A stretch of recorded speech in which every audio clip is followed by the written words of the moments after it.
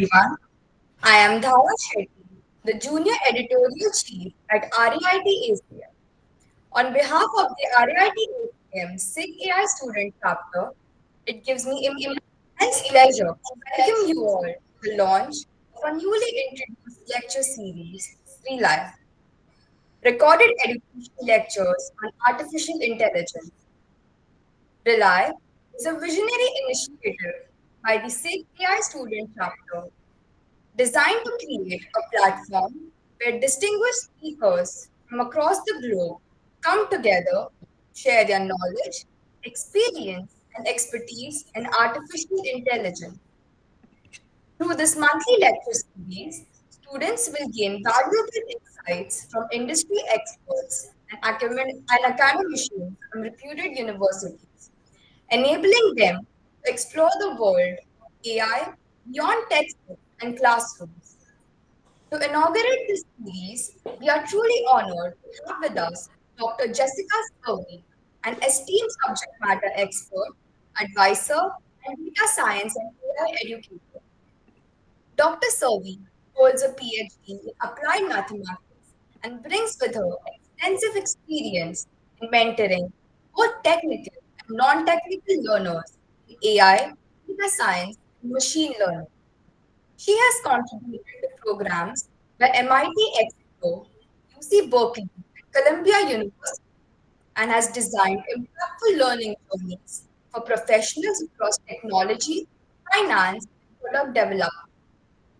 Today, Dr. Servi will be delivering a talk on the topic when AI meets adversary, cybersecurity in the era of generative models. Ma'am, we are truly delighted to have you with us today. Your focus on clarity, accessibility, and hands-on learning through no-code AI tools perfectly resonates with the spirit of SIG AI to make artificial intelligence education more inclusive, engaging, and impactful for all learners.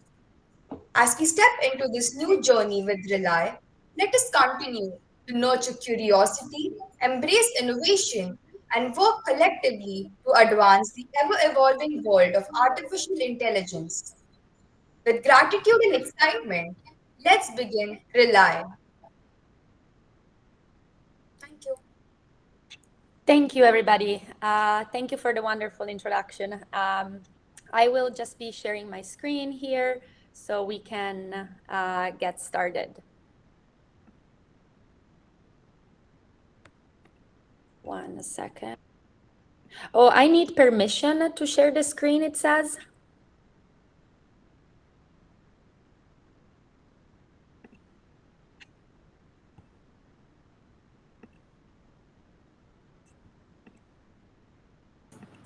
No, no, you can share. You can share. No issue. No, it's not allowing me. Okay. Let's see.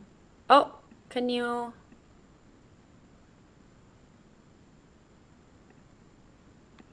Okay. Can you see the slides? Yes, yes. Awesome. Okay. Well, welcome everybody. And again, thank you so much for being here and good afternoon. Welcome to this session titled When AI Meets Adversary, Cybersecurity in the Era of Generative Models. As mentioned, my name is Jessica Cervi. I work as AI integration partner at eDreams, and for the past 6 years, I have been advising and consulting into different partners and universities to create machine learning and AI courses and projects. Uh, Today's topic explores how generative AI technologies like RAG and agents are changing both sides of the cybersecurity landscapes, both the defender side, but also the attacker side. So those are the two aspects of cybersecurity that we will be seeing today. So on the agenda, before we start, we will begin by examining the adversarial use of Gen AI. So we'll be looking at how attackers leverage Gen AI across different phases of the attack lifecycle. Next, we're going to be looking at the other aspect of it, so the defender side. So how companies and software developers are using and integrating Gen AI in order to design trustworthy AI systems. And next, I want to focus on two big architectures that are becoming very popular in Gen AI in the past few years. I want to talk about RAG, retrieval like augmented generation, and how it is applied to cybersecurity. And next, we'll be moving on onto AI agents in particular. We'll be discussing how we can secure agents within an organization. And then, of course, we'll open up the floors for questions if there are any. Okay, so let's begin by understanding why Gen AI is becoming such an attractive tool to cyber criminals. So the problem with Gen AI is that it is an extremely powerful tool. It has very advanced algorithms and it offers very advanced tools that we can use in order to, enhance our productivity. But on the other side of this medal, Gen AI has also allowed cyber attackers in order to, as enabled attackers to design attacks that are more and more complicated and more deceiving, okay? So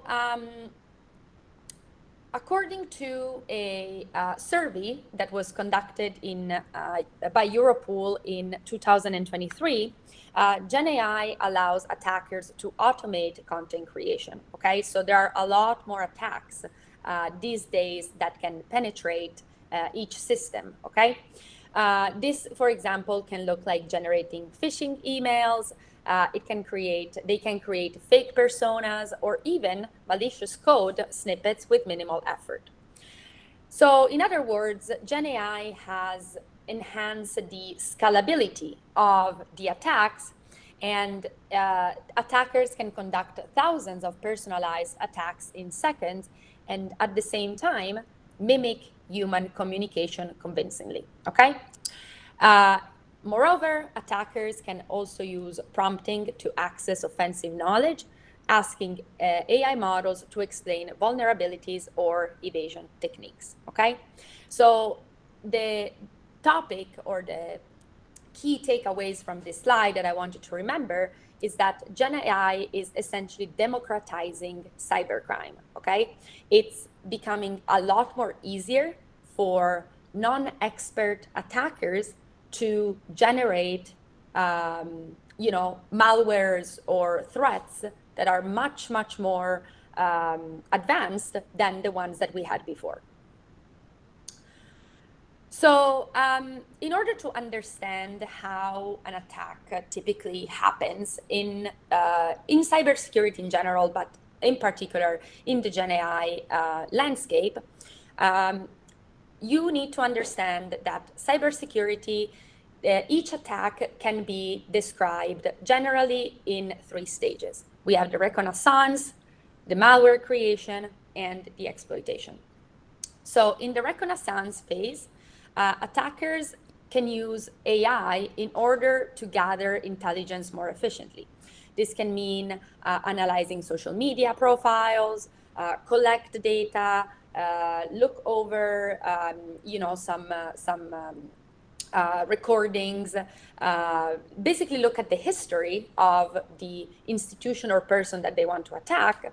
And this phase, now the reconnaissance, is done much more efficiently and can be then used to create convincing phishing templates or generating scripts to probe networks, for example. After the attacker has collected all the information on the victim that they want using Gen AI, it's then time to create the attack, which is the malware creation phase. And again, attackers can use AI at this stage as well in order to generate, obfuscate, and adapt malicious code, for example, at scale, producing variants that evade traditional detection. Okay, so now we're moving into the stage where the deception is created, where the attack is created, and this is done in a much more efficient and deceptive way than it was before. Okay. Finally, the attack happens, which is essentially which is essentially what the exploitation phase is. Attackers now, with the use of Gen AI, can dynamically adapt how the attack works, okay? And they can social engineer tactics in real time. So if they're, for example, trying to jailbreak passwords, okay, well, they're gonna try the first method first, okay? Maybe it's the simplest one. They're gonna ask maybe what the password is using Gen AI, and then if the system responds, well, I cannot give you the password away, then the attacker can simply adapt the code to ask to use more advanced techniques, okay? And so essentially what this slide tells us is that Gen AI has made attacks faster, more scalable, and much harder to defend against, okay?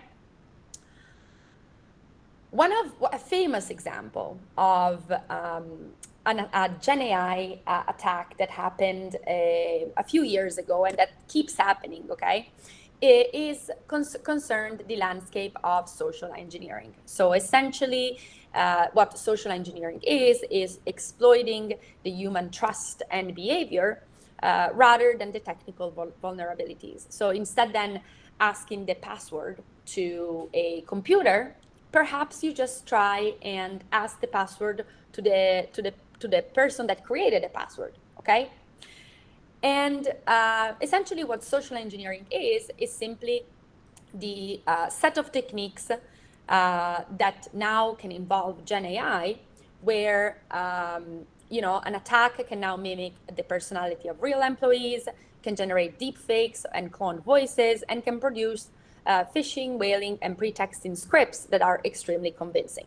And here on the screen, I have a screenshot from a CNN news article that came out a few years ago. I believe it was 2022, 2023, so already old, okay, compared to where we are right now with generative AI.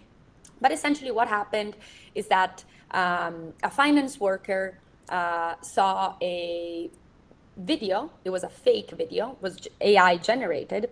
And this video was this deep fake was impersonating a chief financial officer, and it was convinced to pay 25 million. Okay, and this is a classic example of, and perhaps the most famous example of, a success social engineering attack that happened in recent years. Okay. Now that we have sort of like understood or given introduction about how Gen AI can be useful to the attackers, now we want to look at the other side of the medal, okay? And so we are going to begin now understanding and talking about what are some design principles for trustworthy AI systems, okay? But before we do that, I want you to speak on where the vulnerabilities can emerge, okay? So before we worry about where to put our defenses, or what our defenses are going to look like, we need to worry about where we're going to put them, okay? So one of the most vulnerable places is typically a very early stage in the AI development pipeline. And the first stage is typically the data collection and preparation, okay? This phase is typically about gathering and cleaning data and preparing it for our either Gen AI or machine learning algorithm. And at this stage is where data poisoning or leakage can occur, okay? It's typically a stage where, like you're maybe just collecting data for a wind turbine, or you're collecting information about your customers, and it can be really easy for an attacker to just infiltrate the system at that stage and then get access to all of your data. Another stage that can be vulnerable to attacks is the model training and the fine tuning. Okay, so once you have prepared all of your data and it's cleaned and you want to, train your algorithm, um, there are some vulnerabilities because models can inherit biases or unexpectedly learn sensitive data. Okay, so um, it's, perhaps you miss on some personal information in the data that maybe it's a little bit hidden. This is very common in Gen AI. Okay, Gen AI, we typically work with, like documents and texts, and so this data is much harder to clean than a regular data frame, for example. And so this is when, perhaps some sensitive data is left out and the algorithm learns about it, and then the attack is infiltrated at that point. Finally, the deployment phase is also a stage that can be dangerous. Once your model is deployed and perhaps like you are integrating some sort of like API so that your team can use the model, etc., etc. Well, your API may be exposed, and attackers can, for example, abuse your API and can attack it using prompt injection. Okay, so again, if your system is infiltrated, now an attacker can simply ask, oh, what is the password, or what, how much money you have in this account, etc., etc. Okay. In other words, what I'm trying to say in this slide essentially is that every stage of the AI development pipeline is essentially at risk. Okay, and therefore we need to design some techniques, some pillars, okay, in order to secure this pipeline the best way we can. Okay, so now let's turn to the defense. And the defense of, building trust in AI essentially means protecting the model pipeline, okay? And this can be done if we think about three main layers or pillars, okay? So first, we want to protect the training data and fine-tune the workflows, okay? This is going to ensure that data integrity, and it's also going to prevent contamination or leakage. In the second stage, the second pillar is about choosing between on-premise versus isolated inference environments. This essentially means controlling the way you deploy your models. Okay, who do you want to have access to certain type of information? Okay, if you think about it, if you work at any organization really, okay, there are always multiple stages at which different type of employees can access data. Okay, and so it's very, very important that you isolate securely very sensitive information. And finally, the third pillar is role-based access and segmentation, which is closely connected to the pillar that I just mentioned, the on-premise and isolated inference. But again, essentially, you want to ensure that only authorized personnel or systems can interact with the specific components of the model. Okay, and this may seem simple, okay, but these three pillars is what is at the foundation of a secure, compliant, and a secure, and compliant model that is aligned with your organizational governance. Okay, so, and this sort of like connects to another thing that I haven't mentioned yet, but obviously different organizations are going to need different levels of security. There's always going to be a different type of governance depending on the organization are considering. Okay, obviously a bank or a credit union is going to have um, a different level of security needed than I don't know, maybe an e-commerce website. Okay, so how do we defend against these attacks? Okay, well, before we talk about the defenses, let's talk about the most three common attack types that typically happen. Okay, especially with Gen AI.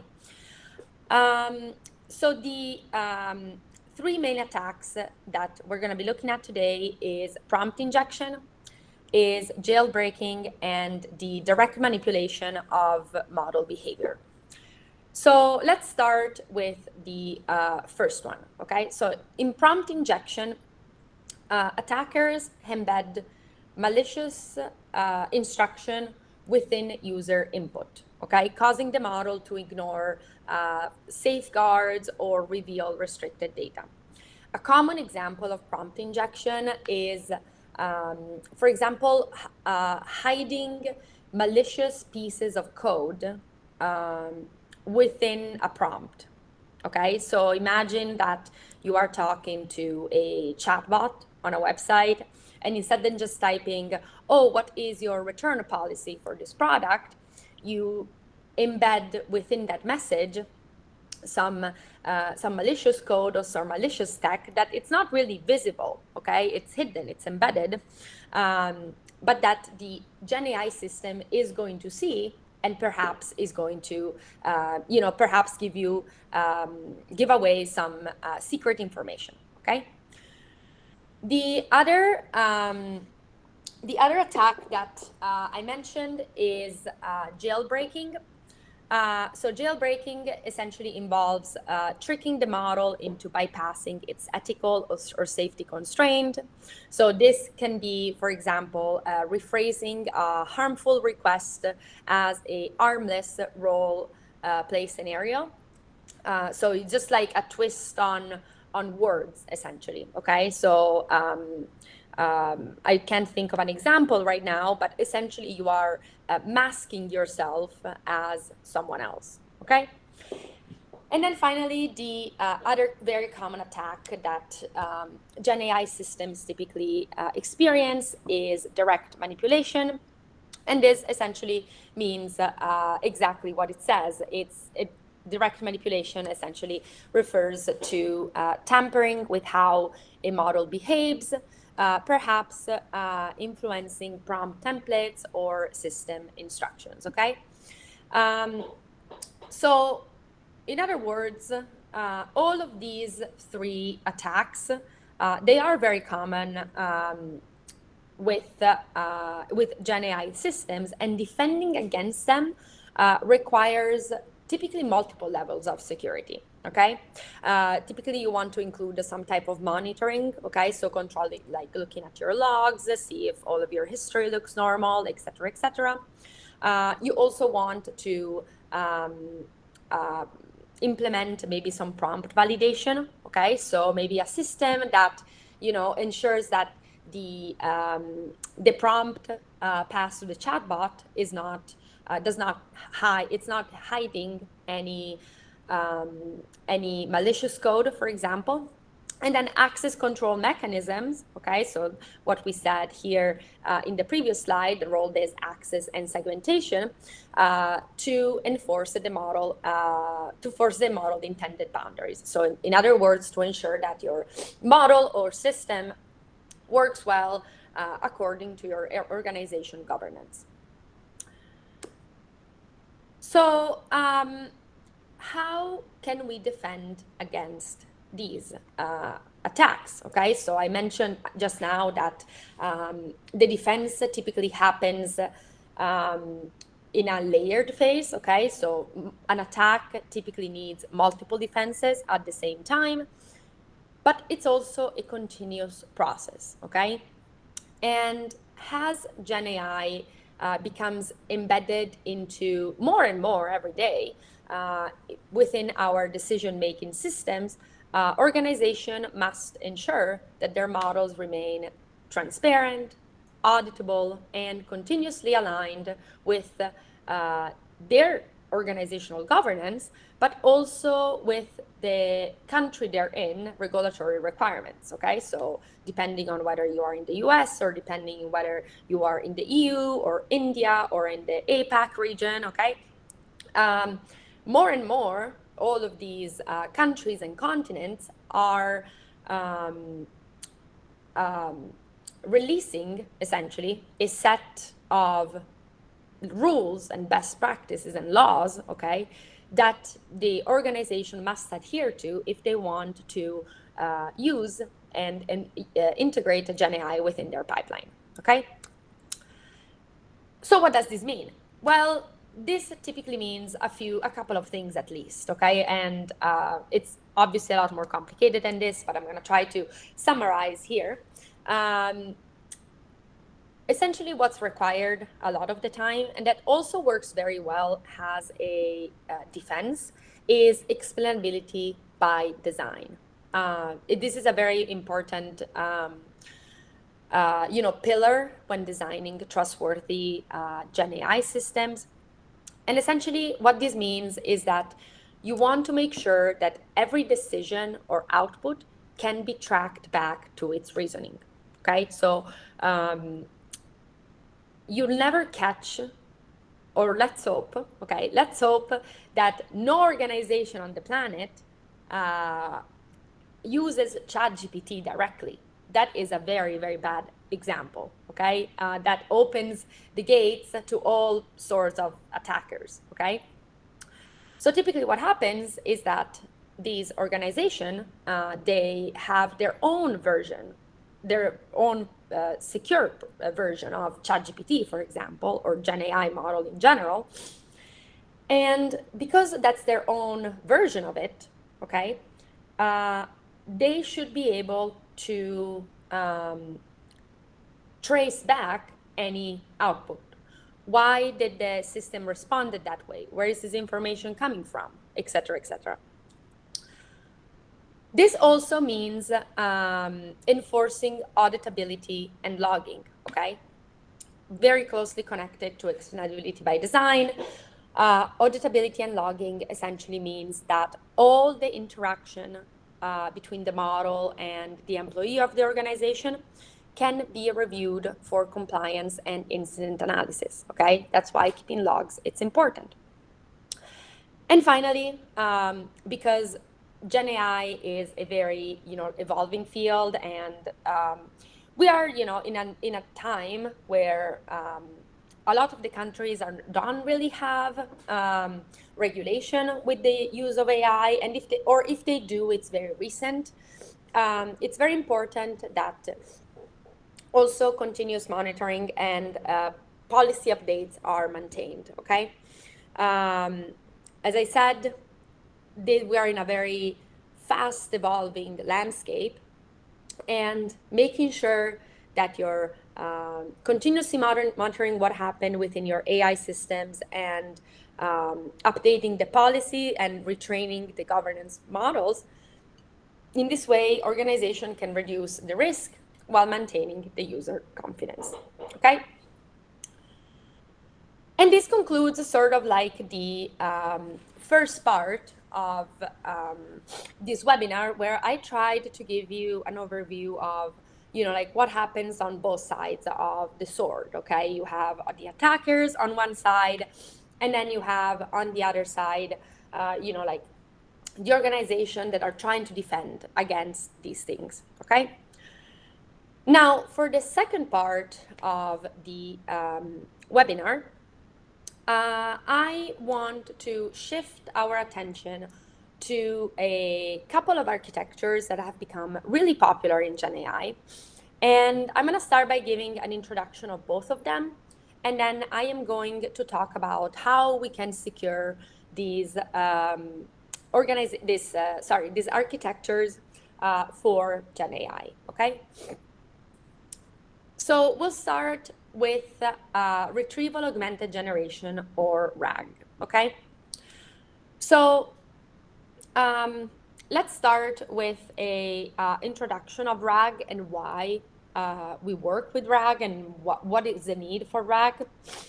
So as I mentioned earlier, organization would never allow its employees to access directly an LLM system like ChatGPT or Claude, okay? Why? Well, because you don't want to pass, excuse me, you don't want to pass confident information to these large language models, but also these large language models don't have access to um, policies and regulations that are particular to only your company. Okay? And so, because the static knowledge within large language model can become outdated, can cause hallucinations, can, like perhaps give you information that is not accurate, okay? Um, we have designed something called retrieval augmented generation, okay? And what RAG is essentially an architecture that combines the retrieval, so the ability to look at, for example, sensitive information and policy, company policies, etc., with the power of a large language model, with the power of generation. Okay, so what essentially happens, and we're going to cover this in the next slide in more detail, is that the system first access current verified information from an internal knowledge database that contains client information, company policies, etc., etc. And then in the generation step, the large language model is then able to give you accurate answers based on your company documents. Okay? So let's take a look at how this um, like at general RAG architecture.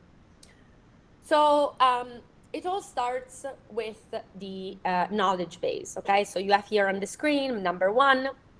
This is essentially a collection of documents that are unique to your company. Okay, no other company has access to these documents. Now, because these documents typically have, can be quite long, okay, we need to do some pre-processing, okay? And this is called chunking, okay? So this is the second step. And the reason why we want to do chunking, which essentially means dividing the text in the within the knowledge base into smaller pieces, um, we want to do that because otherwise the document will have a single embedding, okay? So if we don't split it into pieces, the document will be embedded as one unit, and that's not very practical to retrieve relevant context, okay? So imagine that you have this 10-page PDF that describes the time off of your employees and all the rules around it, the sick days, the maternity leave, etc., etc. If one employee wants to know specifically about the sick leaves and just that information and doesn't care about everything else, okay, well, you want your RAG to quickly look at that information and only retrieve what you want. You don't want a 10-page output, perhaps you just want a few sentences, okay? And so that's why chunking is performed. Next, once we have divided the documents into chunk, we need to embed them, okay? And this is done typically using an embedding model. Think of an embedding model as a way of translating the text into a format that a large language model can understand, okay? This is the simplest way I can put it. And now these embeddings are then stored into a vector database, okay? So think of like each sentence for example, being embedded as a numerical vector, okay, as embedded that way. And this numerical vector is then stored into something that we call a vector database, okay?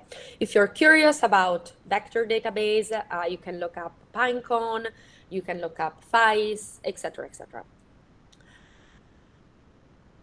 Now that our um, now that our knowledge base has been embedded inside our vector database, now the user can ask the query, what is the sick days policy for the company I work at, okay?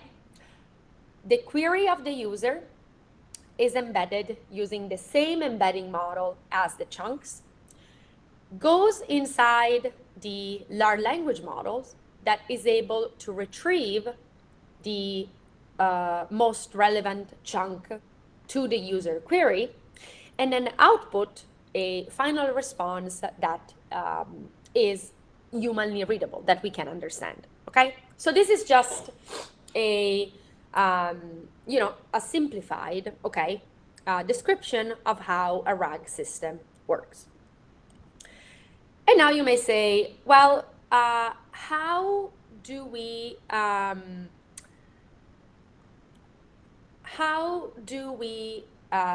is RAG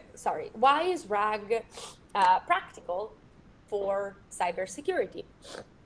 Well, the design of RAG itself ensures transparency, privacy, and governance, which are three key pillars of defending a Gen AI system. So with transparency, it's like RAG is transparent because the retrieved sources can be shown alongside the generated answer. Okay, so it's very easy to verify why the LLM gave that type of answer. Well, it's written in the documents right there. Okay, and so audit trails can log which documents were accessed and when, and to support compliance and after action reviews. It also ensures privacy, okay? Because RAG retrieves rather than retraining on sensitive data, confidential information is doesn't go outside of the RAG, okay, and stays only within the model, and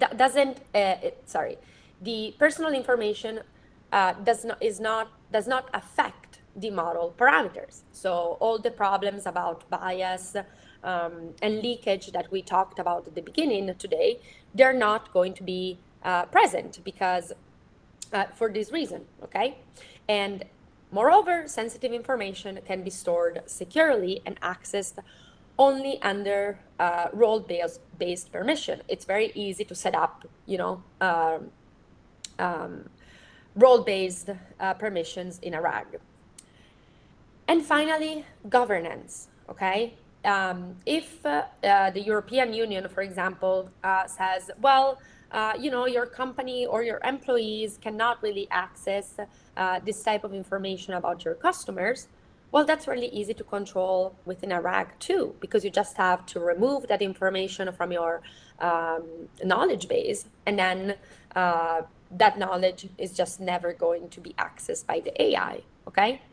And so it's really, really easy to adhere to what the three pillars of defending a Gen AI systems is using RAG, okay? Now that we have taken a look at RAG, I want to switch our focus to another type of architectures that has become extremely popular these days. And I'm sure all of you here have heard about AI agents. And essentially, the reason why AI agents are becoming more and more popular every day is that RAG can give you somewhat of a static response, okay? So you have this architecture that is self-contained, it only acts a certain type of knowledge, it can be useful, but oftentimes you want to move on to something more, okay? And while a large language model can generate fluent answers, okay, they remain limited to action that they can actually do. Can they send an email? Can they set up a meeting? Those are things that a RAG cannot do, okay? And so that's when essentially agents come into play, okay? Agents are essentially an architecture, are essentially architecture that combine a reasoning module that is still powered by a large language model with an action layer that allows to execute commands like generating a slide deck, sending an email, setting up a call, etc., in order to perform repetitive tasks, okay? This structure of the AI agent, and we're not going to go much more into detail of what, like how an agent works, enables the agent to both plan and act, okay, which goes far beyond the capabilities of a RAG architecture that I described above. So what I have here on this table is just a quick side-by-side comparison of RAG and AI agents.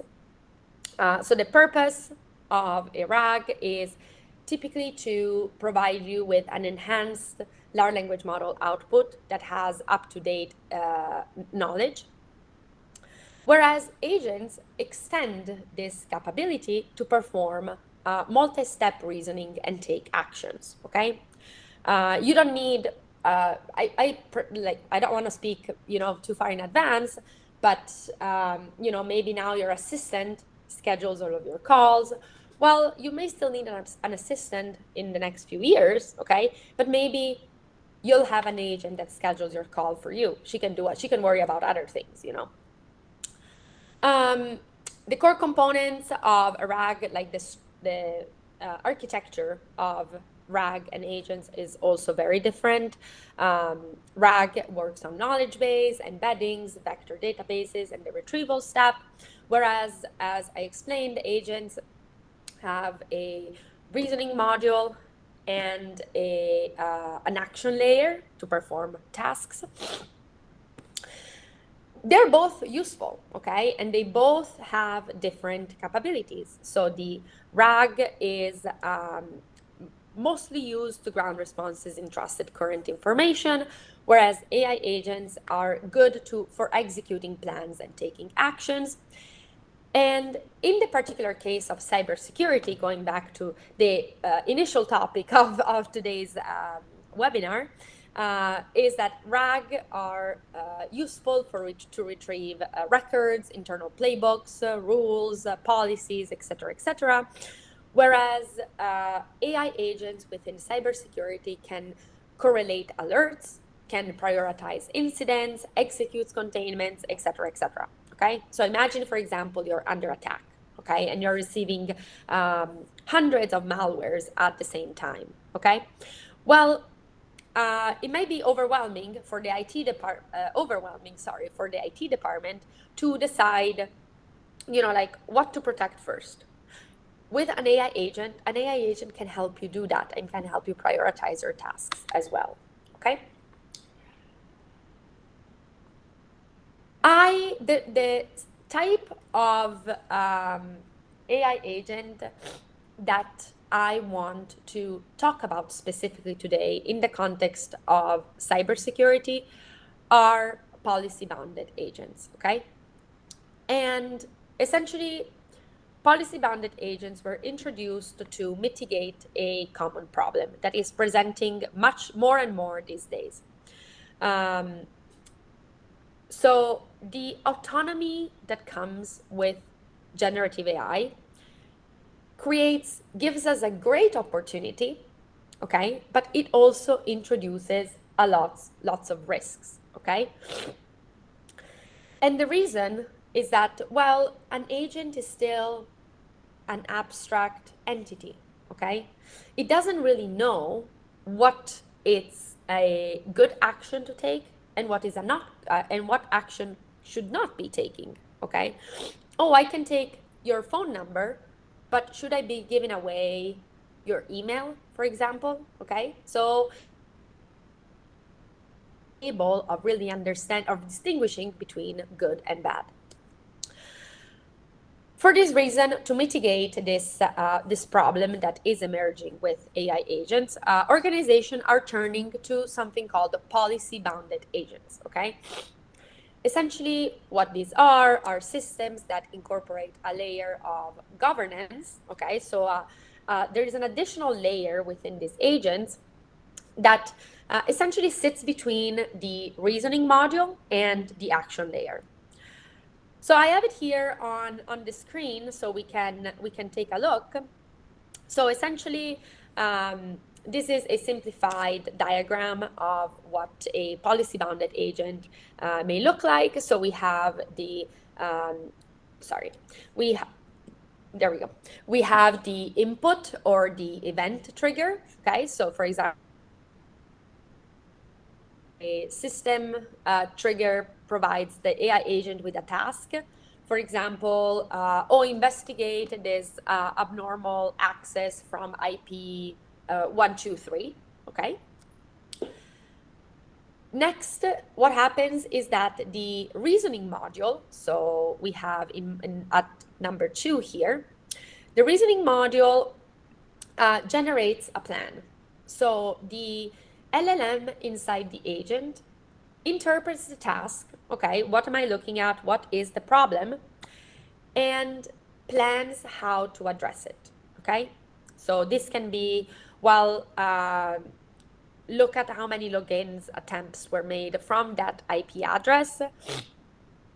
Check to see whether, like intelligence sources for non-malicious associations, etc., etc. Okay, so if you get this suspect access from this IP address, what you should be doing, and an LLM can do that.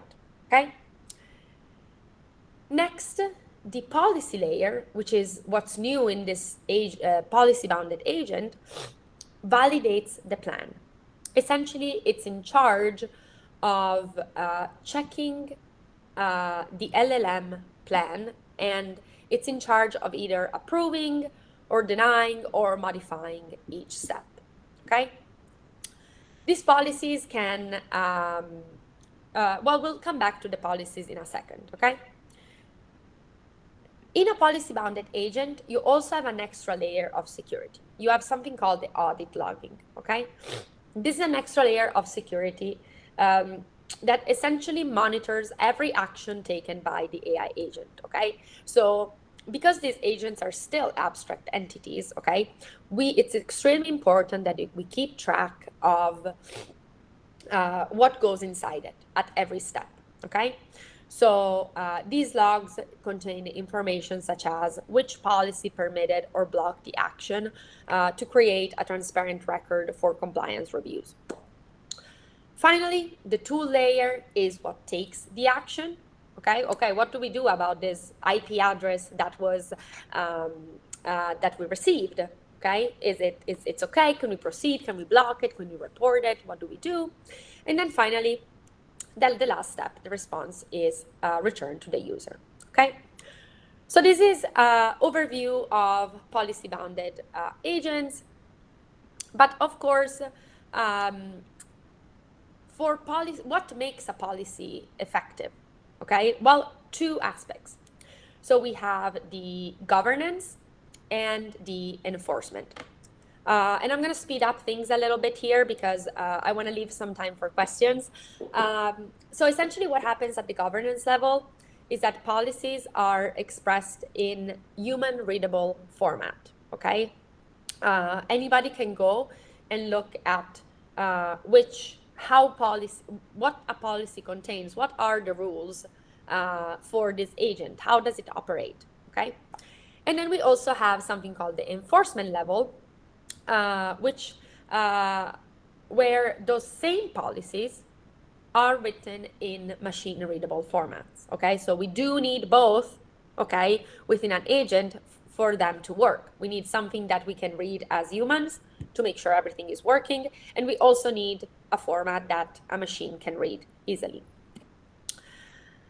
Um, Unfortunately, even though policy bounded agents are probably one of the most secure, well, they can be pretty secure, some risks remain. Okay. These risks are policy gaps. Oh, did you forget about something? Maybe a situation was not described explicitly, and so an attacker can find a way around it. Okay. The other risk is prompt injection. I already explained what it is, but essentially is when attackers can hide um, uh, instructions within user queries. And then policy drift. So this essentially means that the human readable policy and the machine readable policy, for some reason, they're not in sync anymore. Okay, maybe somebody forgot to update something, and there happen to be inconsistencies between the two, and so if an attack is successful, understanding what happens can become really, really hard. Okay. So, what do we do to manage these risks? So, it goes back again to some of the core pillars that I already described. So, it's important that we keep audit logging and traceability, okay? Be able to trace at every step of the way what's happening within your agent. Role-based access control, or RBAC, is also a great way of protecting your Gen AI architecture. Don't trust everybody with your passwords. Only give passwords or access to sensitive information to the correct people. And finally, prompt sanitization. So, uh, all input and retrieve content should be filtered for malicious patterns. Okay, so before you even feed um, uh, a prompt within your chatbot or within your agent, there should be an extra layer of security there that tells you, wait, let me just check whether this comes from an actual employee or comes from an attacker. Okay. Um, and that was, I think, the last slide. Yes, so that was the last slide. So we'll open the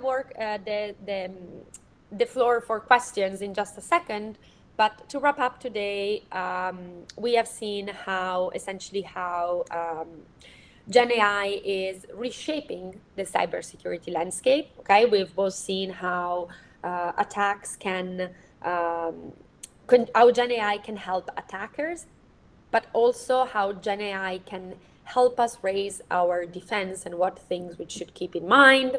And we've seen that specifically in the architectures of RAG and agents. And the main key takeaway that I want you to think about, and that I would like you to think about for after this session, is that at the end of the day, both in this very fast evolving landscape of Gen AI, security and governance must evolve together. Okay, so you always have to ensure that whether we're talking about like a country governance or your policy or your organization governance, that always aligns with the securities. And because AI systems are always going to be more powerful when they are capable and controlled and they are aligned with our goals. Okay, thank you so much for your attention. And yeah, if we have some questions now. I would love to answer them. We have a few minutes.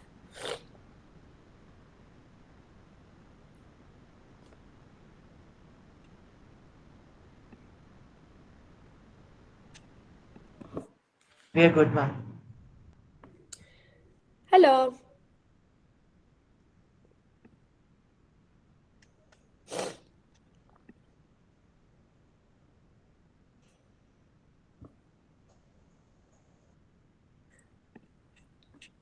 Okay, Okay, we have a question in the chat. Yes, so I mentioned that you know no organization uses ChatGPT directly. Um, they are they typically they have their own secretive model instead of ChatGPT. And if I can explain that, absolutely. So this is a complex question, so I'm going to try to break it down into like a few steps. So first of all, um,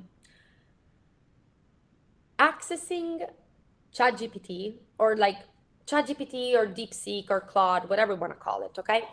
That is, they're very powerful tools, okay? And they can enhance the productivity. Any large language model can enhance the productivity of employees. And I think everybody uses these tools every day. I use them every day. The problem is that those tools are not secure, okay? So if I pass some type of information to ChatGPT, ChatGPT is going to learn about it, okay? That's just the way it's designed. So what organization can do, while they would also like to use those type of models, the problem with large language models is that they are extremely expensive to train, okay? It takes time, it takes data, it takes resources, and nobody really wants to create their own version of ChatGPT. So what happens is that organizations typically don't embed directly a large language model as it comes within their chatbot or within their RAG or within their agent, okay? Um, what happens is that they uh, either use a customized version of the large language model, okay? So the large language model that is behind ChatGPT was developed by a company named OpenAI.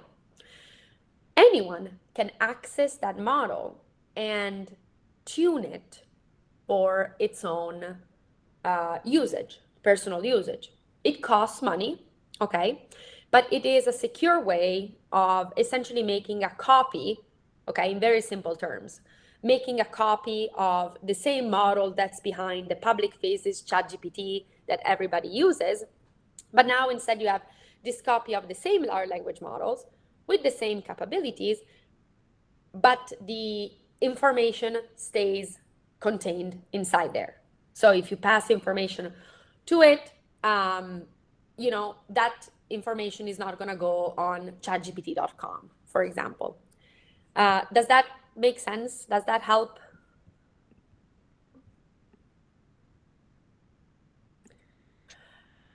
What skills or area would you recommend student focus who want to work at the intersection of AI and cybersecurity? Um, Good question. Well, for sure, you want to, like, I think it's extremely important to build a solid knowledge base of both fields, okay? Um, I think that when it comes to skills and areas, um, um oh, I have something. More than understanding how to code a RAG or an AI agent, which is important, okay? One very important skill that is that is emerging a lot lately is something called the model context protocol. I'll put it in the chat. It's called MCP. If you Google just MCP for AI agents, it's essentially a protocol that allows external applications to work within your agent, okay? So for example, if you want your agent to be able to schedule, like company meetings, okay? Well, you need maybe this agent needs access to your Outlook calendar, maybe to your emails, etc., etc.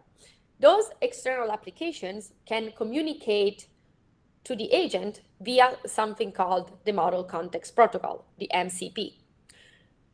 it's extremely important for any person that's working within cybersecurity and AI to know about these things. You want to know how external applications can interact with your agent and how to secure those things. Now we also have something called multi-agents. So instead than just one agent, you have multiple ones that communicate within each other. So the A2A protocol, it's the agent to agent protocol.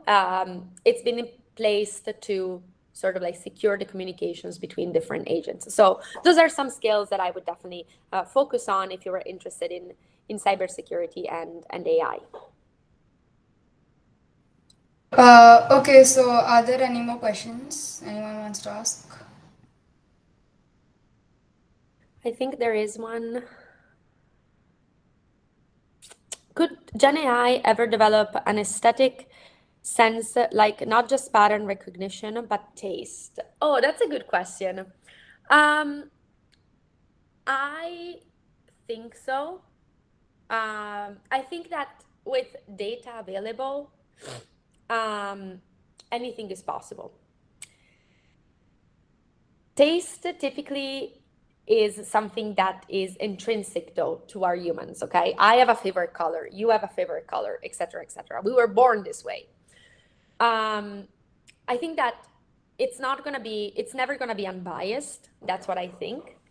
In the sense that, I don't think that, I hope that they never develop such personality to have an aesthetic sense. But perhaps with, training data, we can definitely influence uh, um, Gen AI to have some preferences. But it will I think that it will always be, or at least for the foreseeable future, it would always be influenced by the training data, which comes from us humans. Okay, any more questions? Yes, I have a question. Okay. In real world cyber defense, which do you think has more practical use right now? RAG systems that retrieve knowledge or AI agents that can act autonomously? Um, I think that agents are definitely taking over at an alarming pace.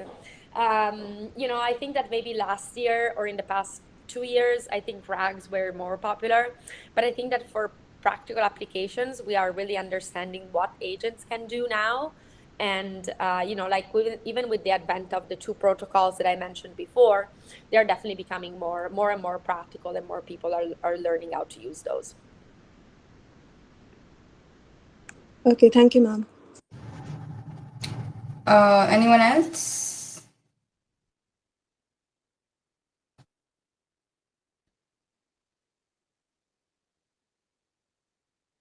Sorry, I was on mute. Can we use Gen AI to detect exploited data sets? Absolutely. And I think that's like one of the very controversial aspects of Gen AI is that you can use to exploit data sets, but it can also be used to like reveal which ones have been exploited in a much faster way. But absolutely, you can.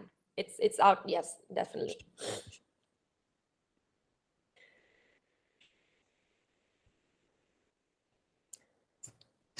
Uh, any more questions?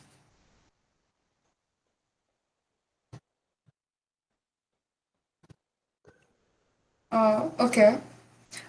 Before we conclude, I would once again like to extend our heartfelt gratitude to Dr. Jessica Cervi for taking the time to be with us today and sharing such insightful perspectives.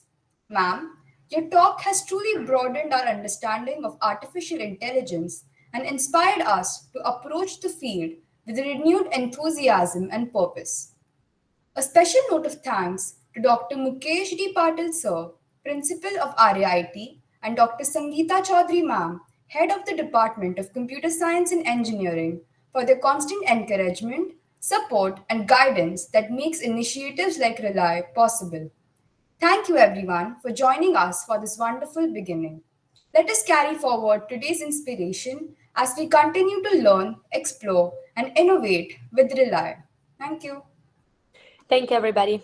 Have a good rest of your day. Bye bye.